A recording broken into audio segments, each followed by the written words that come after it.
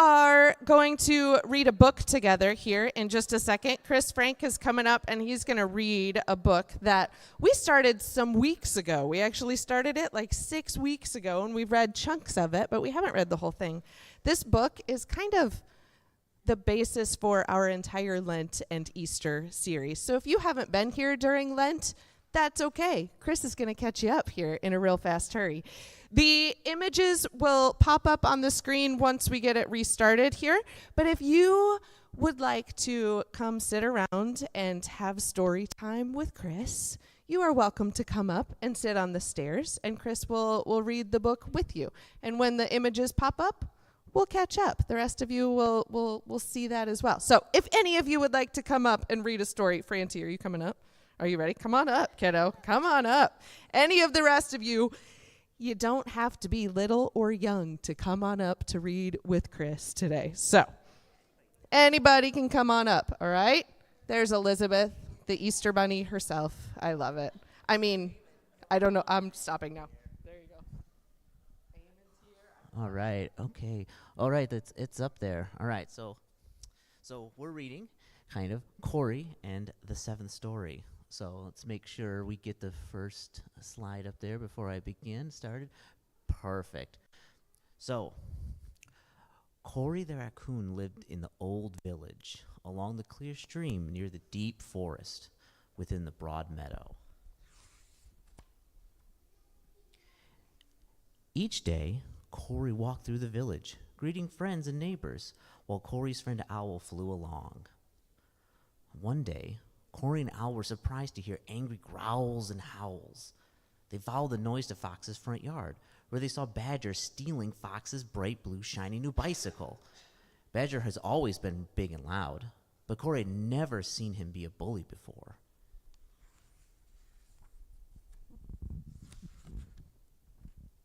The next day, they heard more howling and growling, this time in front of Badger's house. Fox and his friend Weasel had gathered some friends to threaten Badger. Badger knew he was outnumbered, so he gave the bike back and slunk away, tail between his legs. Corey and Owl were afraid. So much fighting. What's happening to our village, they asked.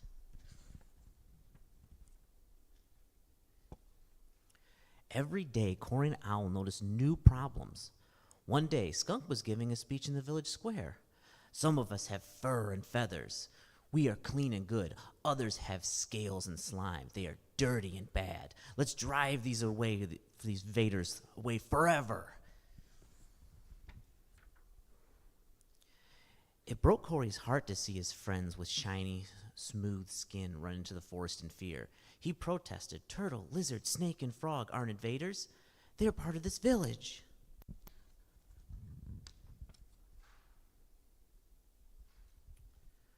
When Badger saw that many of his neighbors were upset and afraid, he got an idea. "I'll build a shiny object factory because everyone likes shiny objects," he said, "and I'll get rich."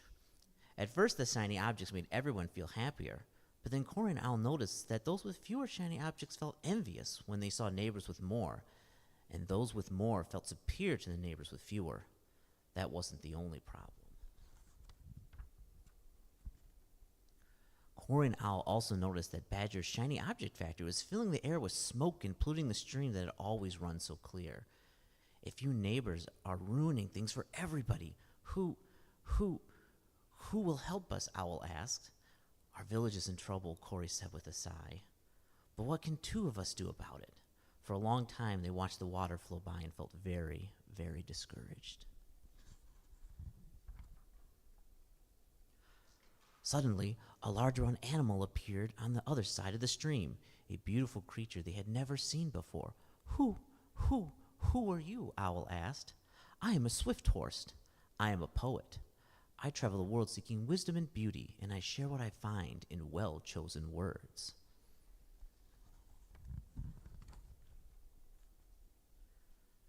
Corey and Owl told Swift Horse about the troubles in the old village. Who will help us?" Owl asked.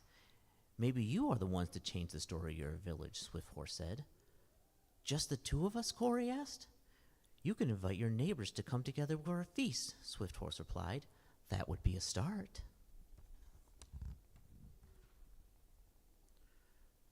Corey and Owl went through the old village and asked everyone to prepare a big feast in the town square. Then they rushed to forest to find turtle, lizard, snake, and frog. They invited their smooth-skinned friends to take the seats of honor. One by one, the neighbors sat down at the table and began to eat.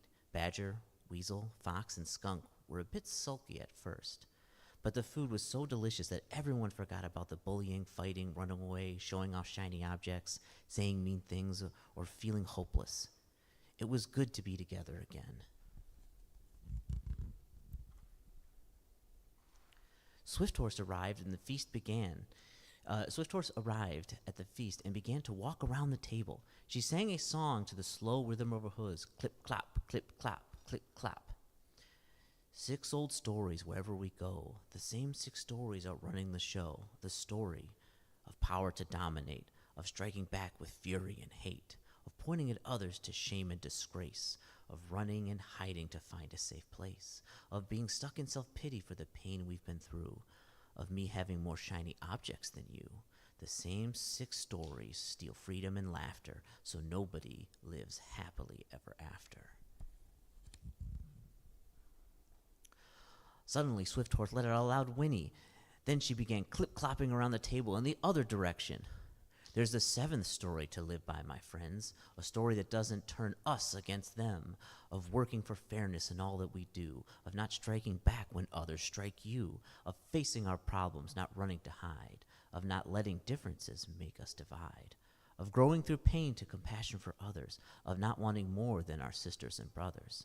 The 7th story I'm singing is a story of peace, and the hero is love.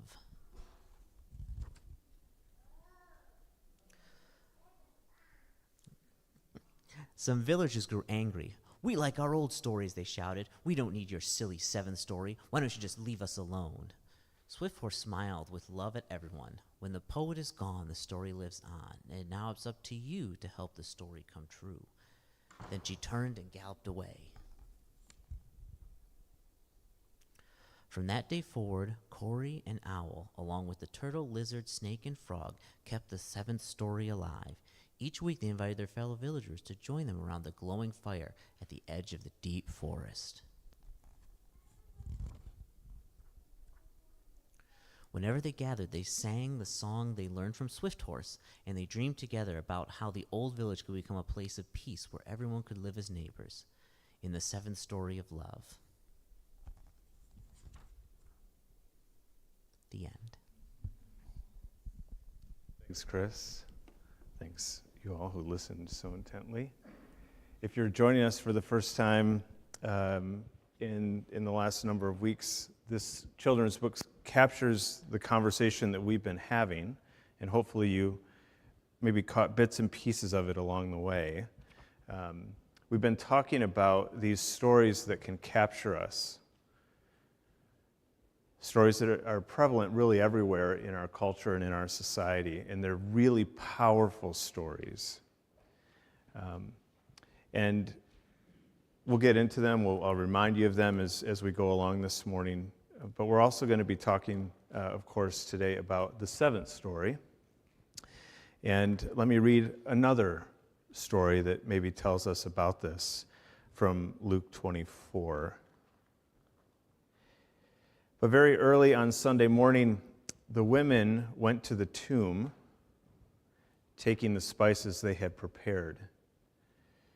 Spices to embalm, right? This is part of the burial process of caring for someone who has died.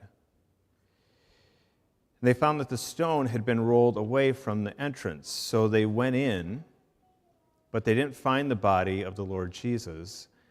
And as they stood there puzzled, 2 men suddenly appeared to them, clothed in dazzling robes. The women were terrified and bowed with their faces to the ground. Then the men asked, "Why are you looking among the dead for someone who is alive? He isn't here, he is risen from the dead. Remember what he told you back in Galilee, that the Son of Man must be betrayed into the hands of sinful men and be crucified, and that he would be that he would rise again on the third day. And then they remembered that he had said this. So they rushed back from the tomb to tell his 11 disciples and everyone else what had happened. It was Mary Magdalene, Joanna, Mary the mother of James, and several other women who told the apostles what had happened. But the story sounded like nonsense to the men, so they didn't believe it. However, Peter jumped up and ran to the tomb to look. Stooping, he peered in and saw the empty linen wrappings, and then he went home again, wondering what had happened.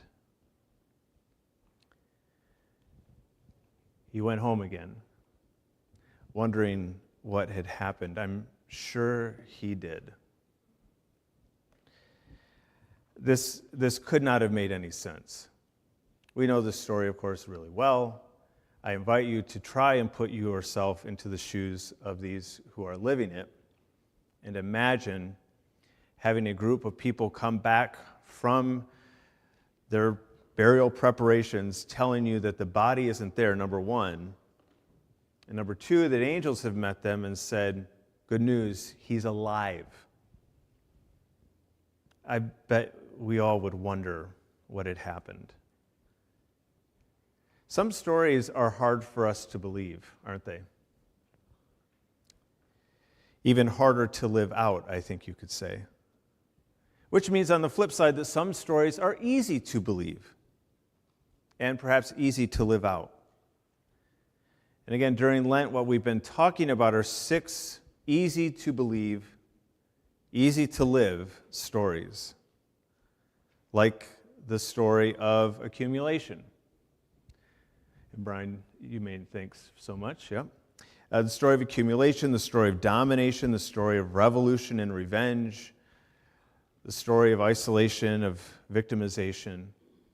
Think for a moment about just some of these, like take the story of accumulation. Is this a story that's easy to believe? It's the story that says that the more you have, the happier you will be. The more you have, the more fulfilled you will be. Is that an easy story to believe? Of course it is. Why? Where do we see this story show up? And I'm welcoming your voice here. Why is this an easy story to believe? Ads? Yep, thousands. They're everywhere. Yeah, it's how we're told we're going to be secure is more. Yep, absolutely. It's what I see when I get more. Right? So when you do get more, you are happy. Yeah, for a little bit, as you said. But some, these stories, the accumulation story, other stories do give us something. We shouldn't pretend that they don't do anything for us. What were you going to say? Just a whole channel on a nicer house. A whole channel devoted to a nicer house, right? Yeah. Easy to believe the story of accumulation. What about the story of domination? That you'll be happy, secure, fulfilled if you use your power to get ahead.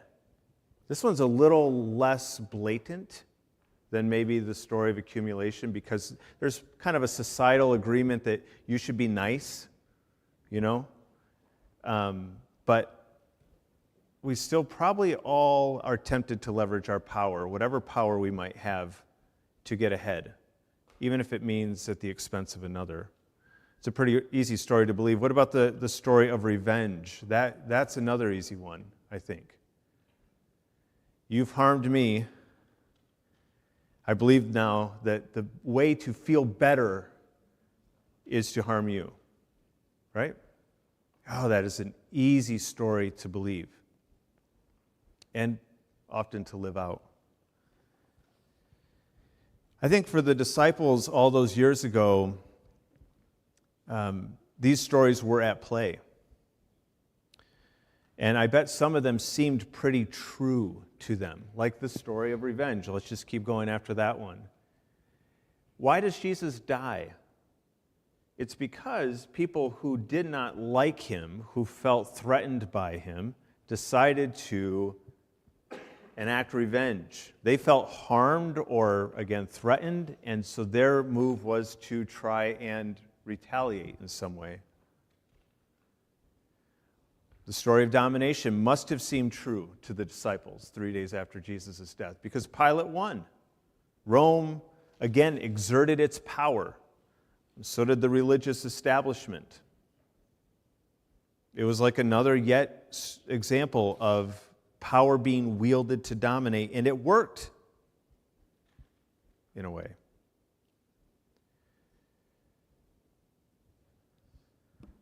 So when the women find the tomb empty, the scriptures say that they were puzzled. Of course they were. They were in their third day of mourning, and the story that they had told themselves, understandably so, was that it was over. The powers of the world had won. The power of death could not be overcome. And so what should they do? Well, many of them had decided to choose the story of isolation. Remember this one? This is the story where when life's difficulties come our way, this story tells us that we should hide, disengage, check out. And we'll read in a moment that some of them were doing that at least. Because some stories are easier to believe. But just because a story is easy to believe does not mean that it is true. It also doesn't mean that it is a story worth living. You know, in the days and weeks that followed the resurrection, the disciples had to wrestle with these questions. What stories do we believe? Will we leave any of these stories behind? What story will we live into? And I think the same questions are in front of us as well. What stories will we believe? What stories would we be wise to leave behind? What stories will we choose to live into? Brian, I'm just going to let you take it from here. These, I think, are questions for us. What stories will we hold on to? What stories will we choose to adopt? Right? These are significant questions. They're not easy questions to hold. But I think what so often happens to all of us is that these 6 stories become a part of us. You know, we hear the story of accumulation so many times, thousands of times a day, as Andrea said, entire channels devoted to the story of accumulation. And it's a story that seems to work. The people on TV, when they get their homes renovated, seem really happy. I've cried at those shows, right? I mean, it's moving stuff. And guess what? They probably are very happy. Again, these stories it's not that they don't give us anything. The question we're trying to ask is, do they give us what we really want and need in the end? But the story of accumulation is attractive. It does give us something. It's everywhere. And so it's so easy for that story and these others to just get integrated into who we are. And before we know it, without even realizing it, these stories are driving us and propelling us in certain directions. About 10 years ago, this became very clear to me of the power of these stories to operate underneath the surface. When Bethany said 5 words to me, Bethany's my partner, she said 5 words to me that kind of brought this into focus. She was in graduate school, getting her master's in psychology, and she had just come back from a multi-day intensive with her peers, with her classmates.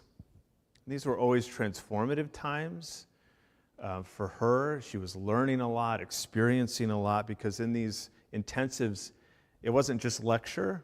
It was a lot of what I would call, she can correct me, lab work. Like you and your peers actually practicing these principles, sharing your life, your stuff with your peers, and they're helping you to process like a therapist would. So she came back from one of these and she said these 5 words: we need to fight more. And it wasn't as if we didn't have any disagreements. She wasn't saying, hey, we are just perfectly in sync all the time and we need to find some reasons to fight. That is not what she was saying. You know, what she meant was that we needed to believe in each other enough, trust each other enough, that we would be willing to face together our differences, to look at and talk about our areas of conflict and tension. We wouldn't, in other words, hide. There's the story of isolation again. Or try to leverage our power against each other, the story of domination. Or retaliate when we've been harmed, the story of revenge. She was saying we needed to learn to fight well, to fight in a way that would resolve conflicts, to fight in a way that would actually bring us together. And I knew she was right when she said those 5 words, but I did not want her to be right. Because I avoided, and still really probably do, less so, but still a tendency to avoid conflict for me. For me, the story of isolation was a go-to. That was my default. We have conflict, we have difference, not only with Bethany, really in general. And you know what I'm going to try and do? I'm going to try and hide. Maybe I can't literally run away, but I'm going to try and maybe push down this tension or rationalize it or distract myself from it. And the other stories sometimes would show up too when there was conflict. I maybe would sometimes be hurt by someone and I would adopt the story of victimization. This is the story in which pain defines us. And so instead of letting it out or learning to fight more, to fight better, I would internalize. And you know what happens. When pain and conflict and difficulty get pushed down, they don't go away, they just fester. And eventually they come out, usually in ways that are not helpful and healthy. So we had, in our relationship, had come to believe, at least I'll speak for myself, had come to believe that these other stories, these 6 other stories, were the better stories to live by. I hoped that they would give me what I wanted, but they didn't. Our relationship was not stronger as a result of these 6 stories. It really was just the opposite. So we needed a new story. We needed a 7th story. And for us, in part, that meant we needed to learn to fight more.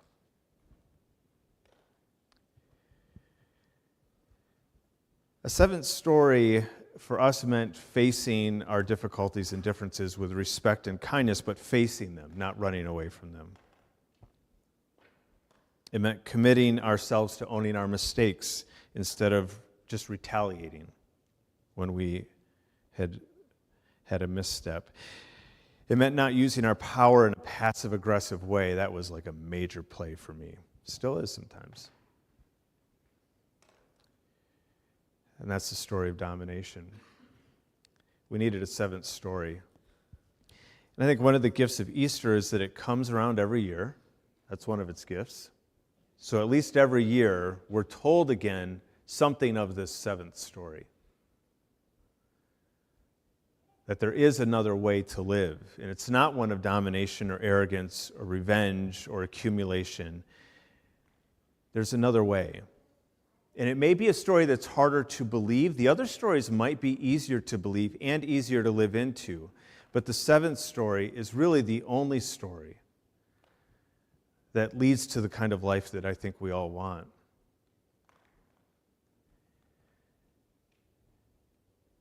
In the hours before and in the days after Jesus' death and in the moment of his resurrection, we see Jesus living this 7th story. Not just talking about it, not just telling us to do it, but he lives it. He's an actual example to follow. So think before his death.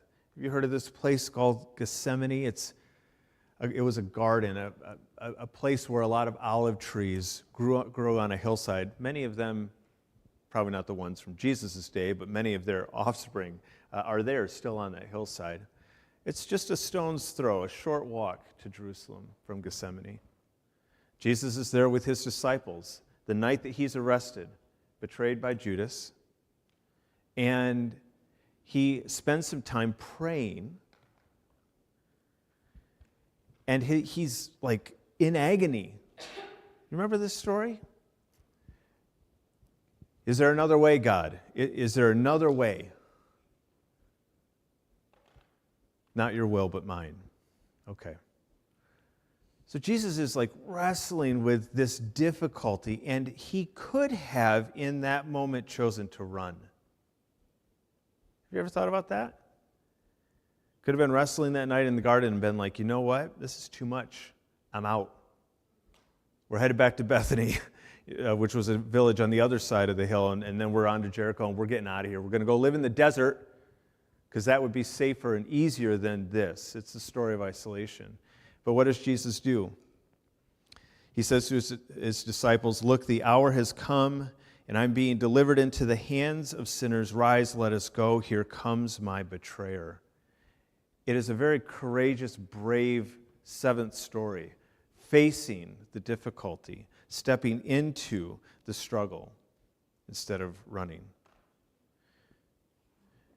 And then almost as soon as he does that, says those words, Judas arrives with guards, and one of Jesus' disciples pulls a sword. Who knows where they were hiding that from? They pull out a sword and they slice off the ear of one of the people who's come to arrest Jesus. And Jesus says this, put your sword back in its place, for all who draw the sword will die by the sword. And then this sentence, do you think I cannot call on my Father, and he will at once put at my disposal more than 12 legions of angels?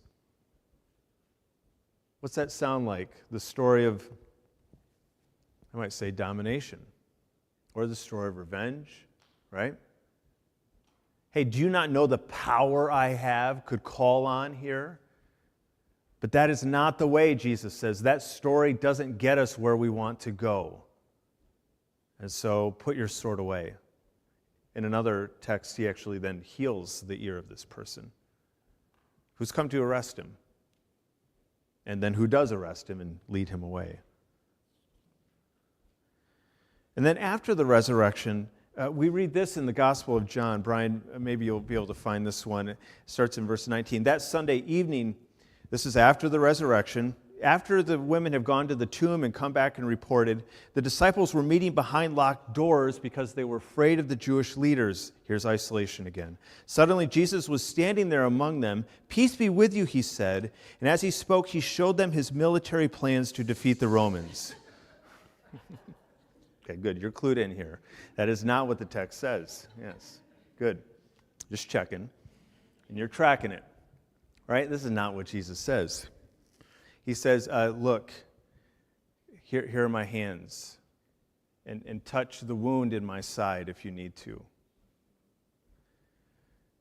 Right? This is not the story of revenge after the resurrection. Look at, I've defeated death, let's go get him. Tell me, that wasn't on the minds of some of Jesus' followers? He's defeated death? Let's do this, right? We've been waiting for freedom from Rome. That is not the story that Jesus lives into. Or I'll just give you one more example, the story of purification. Remember this one? This is the story that we're better than you. We're purer than you. Jesus does not come to his disciples and say, hey, guess what? I've conquered death. Proves that you're on the winning team. Let's go rub it in people's noses a little bit, you know? You're the pure ones. You're on the right side here, and everyone else is in the wrong. That is not what Jesus says. The final instructions he gives to his disciples is go and tell everyone, that they belong. Tell everyone that this story of grace is for them. It's not us and them, not you're better than them. Go tell everyone that they belong. So Jesus is this actual living example. And when these 6 stories of domination and isolation and revenge and accumulation, when they whisper in our ear, and they will whisper in your ear, we would be wise to fix our sight on the example of Christ and on these stories, both before and after Easter itself, on the story of Easter itself, because these stories of Jesus show us that the 7th story is a story of life and of healing and of meaning. And the other 6 stories are frauds. They do not deliver on their promises. They give us something, but it is short and fleeting. And the life that we are after, that I know we are after, does not come through those 6 stories. The 7th story is what our hearts and soul long for. And so as we close this morning, let me invite you back to these questions. What stories do you believe? What stories would you be wise to leave behind? And what story will you live into? Big questions, no doubt about it. But I think they're the questions for us as we come to the end of this conversation. To help us maybe process that a little bit, or to get concrete about it for our own lives, on a seat near you is a piece of paper, and those of you with a lot of people in a row may need to look to a different row with fewer people and grab one of these. We're going to take probably 2, 3, 4 minutes to let me consider these 3 questions together. What words would you use to describe the 7th story? The 7th story is vast, it is big, it is not just one thing. It means many things. What does it mean to you today? If you were to live into the 7th story, what is one way your life or the world around you would look different than it does now? If the 7th story, for example, to you means forgiveness, what does forgiveness look like in your world right now? What would it look like if forgiveness was more a part of your world or the world? How would you know? What would be different? And then what's one step you could take to live into the 7th story? We're going to have 2, 3, 4 minutes here. We'll kind of see how it's going, and if all of yours, looking at your watches, then I'll know you're done, and we'll move on to what's next. And what's next is the sharing of this meal, as well as an invitation to bring whatever you write, and you can leave your name off of this if you prefer. But we're going to collect these on a table in the back, and once we have them all, you can just, by the way, lay this on the table back there, if you would like. We're going to collect them all into a book, kind of bind them together, and let them be our collective story of the 7th story. So, a few minutes here to reflect, to write, to think, maybe to talk with someone who's next to you. I'll wrap that time up and then invite us to share in this meal, where you'll be able to come forward, and take bread and cup. We'll talk about that in a moment. And also then, if you'd like, to add your story to the book back there. So let's consider these few questions here for a moment, and then I'll bring us back together to share communion in a few minutes.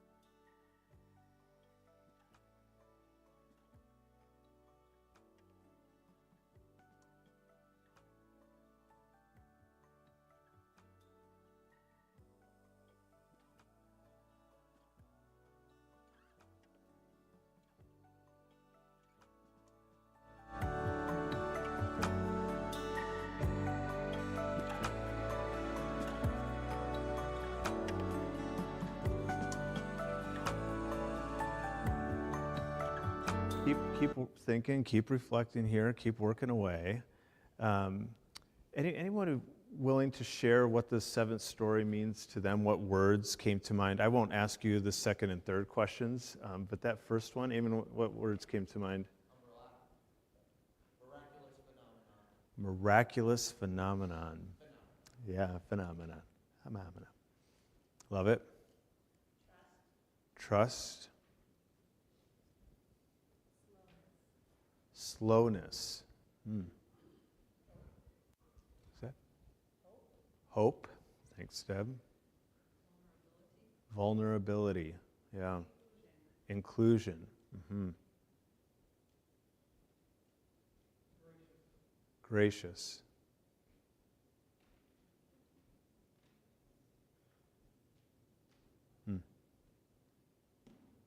You can hear the breadth, right, and the depth of this idea of a seventh story. It is not just about one word or one idea. It means many things. It encompasses many things.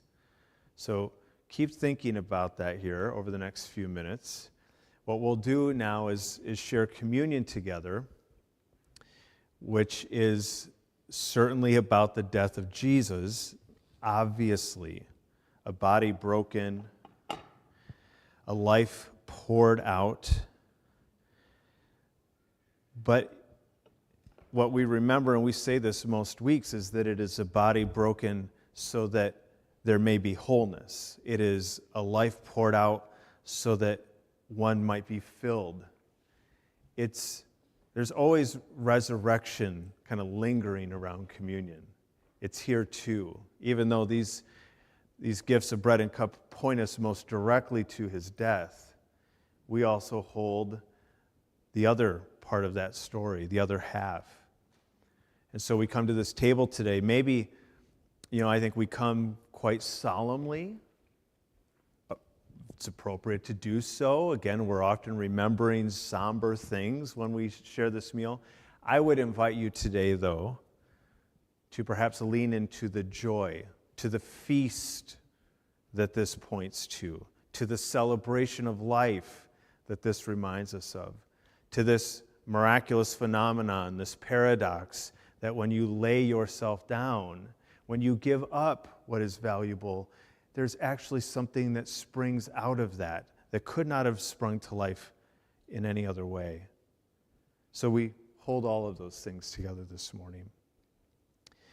You can also bring your story, what you've written down, and again, just keep writing. Take the next few minutes to do that, because you'll be able to come and take this if you'd like.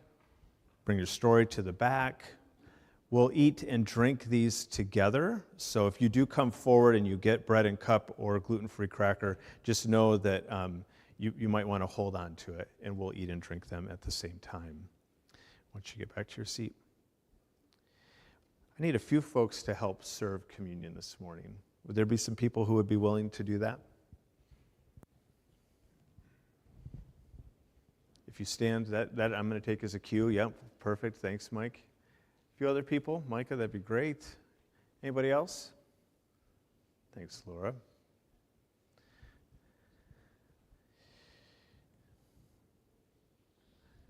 Thank you.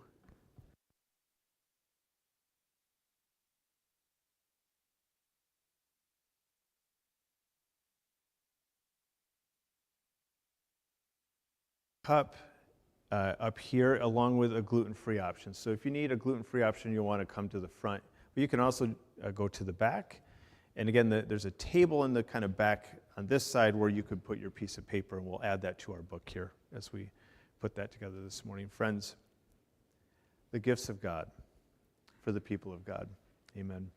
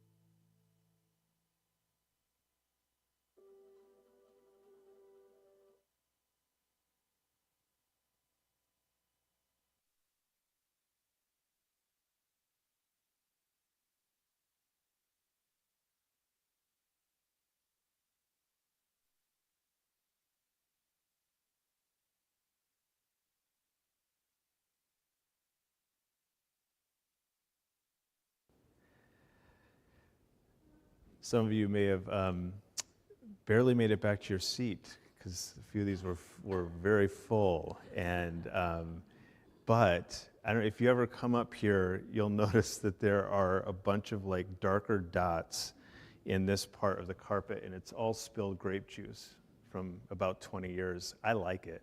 We've never tried to remove it, and I don't think we ever will, because it kind of tells a story. And so if you've spilled some near you, if it's bad, maybe we'll get after it. But otherwise, if it's a drop or two, we'll just add it to the collection. This story of this meal and what it tells us about connects to us in this moment right here and our story. This is communion, often called. Certainly a story in which we remember our connection to the Creator, but also our connection to each other, that we're bound up together as a people, as a group. And so we eat and drink these things, this feast that points to this day when everything will be brought back together as it is meant to be. But we're trying to live that out to the best of our ability right here, right now. So we take and eat, remembering that.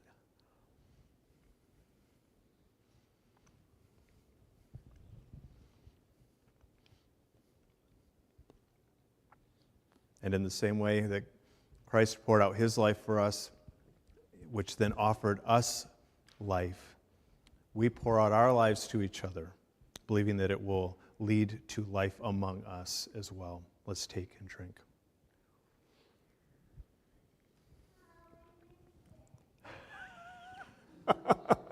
You didn't, who said that? Was it Julian? Julian, you want to come on up? Come on up, buddy. It's never too late. I know it. I feel you. Here's a big piece, okay? The body of Christ for you. And are you going to carry it? Yeah? Mm-hmm. Best of luck to you. Hi. Thanks for taking care of him and loving him. You can just have two. The body of Christ broken for you. The blood of Christ shed for you. Mm-hmm. Never too late. We'll pass this around. If you want to put your cup in this, it'll make its way to you eventually, and then we'll take care of those from there. Amazing. Amazing. I don't think I can sing after that. It's so good, right? Yeah, so good. We're going to sing one more song together, so I invite you to stand and sing with us. This song is filled with images of Jesus and of showing the seventh story, of surrendering, of laying down weapons, of really letting love win the day. So we invite you to join us in singing Let Love Win this morning.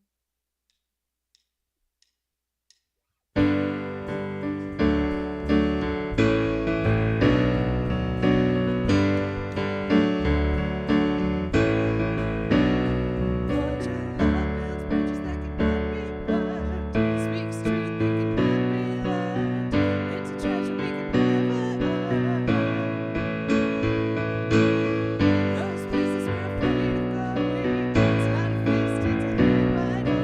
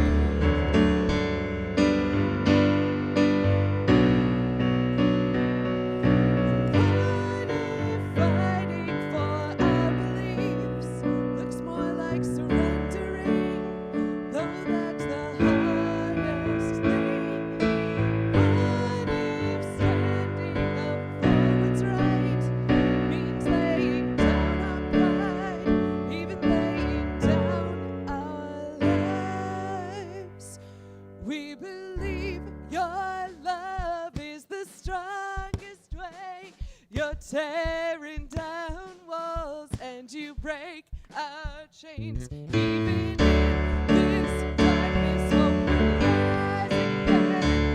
When we lay down our weapons, we will let love win. We believe the love is the strongest way. You're tearing down walls and you break our chains. Even in this darkness, hope will rise again. When we lay down our weapons, we will let love win. Lord, we lay down our weapons and we let love win.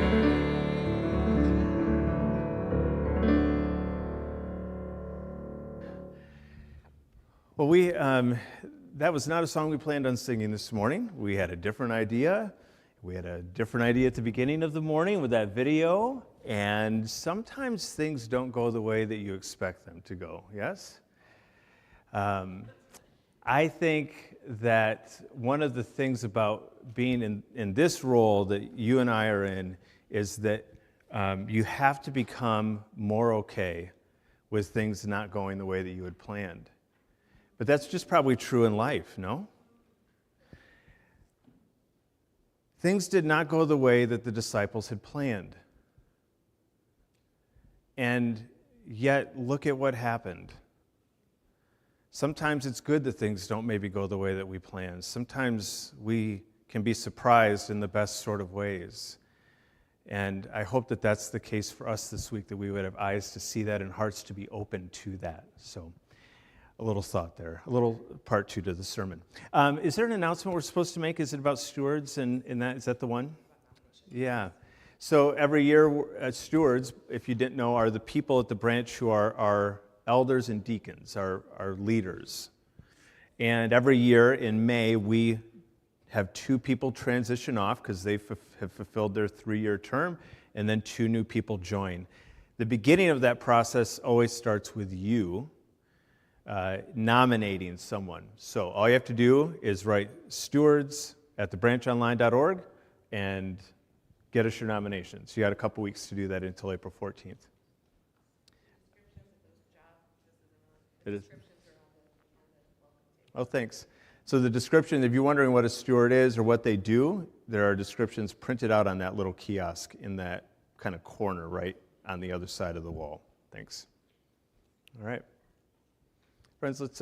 You've sat, you've stood, you've sat. Let's stand one more time. We are done now. I won't talk at length here. Let me just offer a blessing to you.